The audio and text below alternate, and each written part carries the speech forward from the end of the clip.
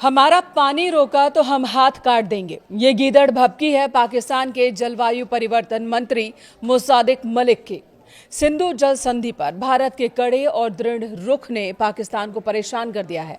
पाकिस्तान के नेता धमकी पर उतर आए हैं, सड़क छाप गुंडे मवालियों की भाषा बोल रहे हैं। एक तरफ अंतर्राष्ट्रीय मंचों पर रोना जारी है तो अपने देश में प्रेस कॉन्फ्रेंस कर भारत को धमकी दे रहे हैं। कल एक के बाद एक कई बयान आए जो अपने आप में दिलचस्प हैं और ये बताने के लिए काफी हैं कि पाकिस्तान की सरकार कैसे भारत के सामने बेबस है और अब सड़क छाप भाषा का इस्तेमाल कर रहे हैं। अप्रैल 2025 में हुए पहलगाम आतंकी हमले के बाद भारत सरकार ने दशकों पुराने सिंधु जल संधि को निलंबित कर दिया। ये एक बड़ा रणनीतिक फैसला साबित हुआ है।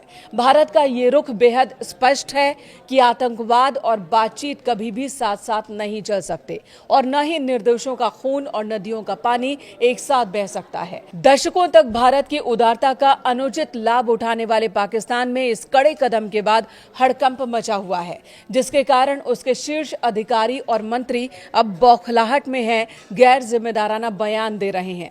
पाकिस्तान के जलवायु परिवर्तन मंत्री मुसादिक मलिक ने एक प्रेस कॉन्फ्रेंस की और बेहद आक्रामक अंदाज में अराजनयिक भाषा का इस्तेमाल करते हुए कहा कि जो कोई भी पाकिस्तान के हिस्से के पानी का दावा करने की कोशिश करेगा, हम उसके हाथ काट देंगे। उन्होंने आरोप लगाया कि पानी के नल का नियंत्रण भारतीय प्रधानमंत्री के हाथ में है, यानी वो सीधे तौर पर पीएम मोदी को धमकी दे रहे हैं। लेकिन उनके इस धमकी का भारत पर जरा भी असर नहीं हुआ। अलबत्ता सिंधु जल संधि को लेकर भारत का पहले से ज्यादा अडिग रुख है। भारत ने नदी पर बांध निर्माण का कार्य तेज कर दिया है। रही बात हाथ काटने की, तो वो पाकिस्तानी सपने में भी नहीं कर सकते। वहीं शहबाज सरकार में सिंधु जल आयुक्त सैयद मोहम्मद मेहर अली शाह ने सिंधु जल संधि के मुद्दे को पाकिस्तान के लिए नेशनल सिक्योरिटी का मामला बताया। लगभग गिड़गिड़ाने वाले अंदाज में कहा कि पिछले साल अप्रैल से चिनाब नदी की धारा में उतार चढ़ाव को लेकर हमने भारत को 4 बार पत्र लिखा, लेकिन वहां से अब तक कोई रिप्लाई नहीं आया। मेहर अली का कहना है कि चिनाब नदी के पानी के बहाव में होने वाला बदलाव पाकिस्तान के लिए रणनीतिक खतरा है और इसके लिए वो भारत को जिम्मेदार ठहरा रहे हैं, नाकाम कोशिश कर रहे हैं और भारत से इससे के पीछे की वजह और प्रोजेक्ट से जुड़ा डेटा मांग रहे हैं। लेकिन भारत चुप है और इसी चुप्पी को वो खुद के लिए खतरा बता रहे हैं। मेहर अली शाह का आरोप है कि पाकिस्तान तो सिंधु जल संधि के नियमों का पूरी तरह से पालन कर रहा है, लेकिन भारत की तरफ से कोई जवाब या सहयोग नहीं मिल रहा।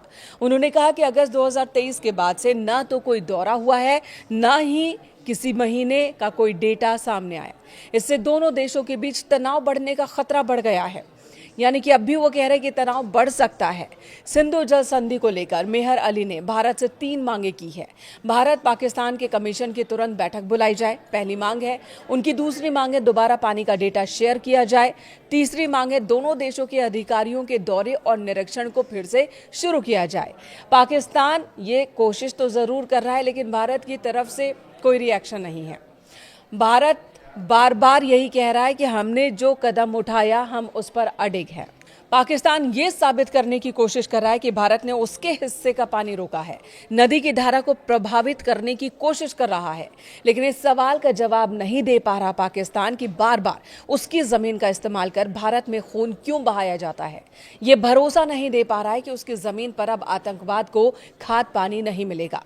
खैर, पाकिस्तान इस बात से डरा हुआ है कि पानी अगर पूरी तरह से भारत का कंट्रोल हो गया पानी पर, तो उनके लिए खतरा बढ़ जाएगा। पाकिस्तान की चिंता की वजह है चिनाब ब्यास लिंक प्रोजेक्ट, और इस प्रोजेक्ट के जरिए भारत चिनाब नदी से तकरीबन 19 लाख एकड़ फीट पानी को मोड़ सकता है। हालांकि इसी बीच पाकिस्तान के विदेश मंत्री अंतर्राष्ट्रीय मंच पर रोना भी रो रहे हैं।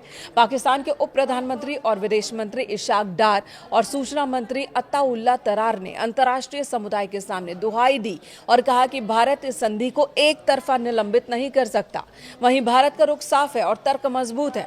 पाकिस्तान की इस खोखली बयानबाजी का भारत ने वैश्विक मंचों पर भी जवाब दिया।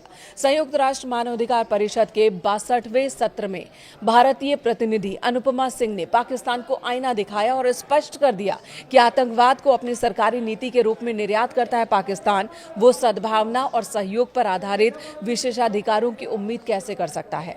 पाकिस्तान को यह समझना होगा कि अंतर्राष्ट्रीय संधियां एक तरफा रियायत नहीं होती हैं, जिन्हें निभाना सिर्फ भारत की जिम्मेदारी हो ऐसा नहीं होता।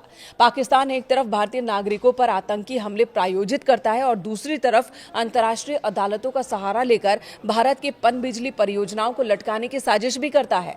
केंद्रीय मंत्री CR पाटिल और रक्षा मंत्री राजनाथ सिंह के बयानों ने भी साफ कर दिया कि भारत का रुख अब रक्षात्मक नहीं है बल्कि सक्रिय और आक्रामक है। जब तक पाकिस्तान सीमा पार आतंकवाद पर पूरी तरह से रोक नहीं लगाता, तब तक भारत अपनी राष्ट्रीय सुरक्षा और जल अधिकारों से कोई समझौता नहीं करेगा। पाकिस्तान के मंत्रियों के हाथ काटने और जंग जैसे भड़काऊ बयान केवल आंतरिक विफलता और जनता के सामने साख बचाने की उनकी नाकाम कोशिश ही है, इससे ज्यादा कुछ नहीं है।